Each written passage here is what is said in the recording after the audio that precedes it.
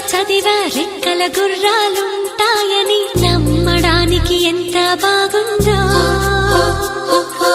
బాలమిత్ర కథలో చదివా పగడపు దీవులు ఉంటాయని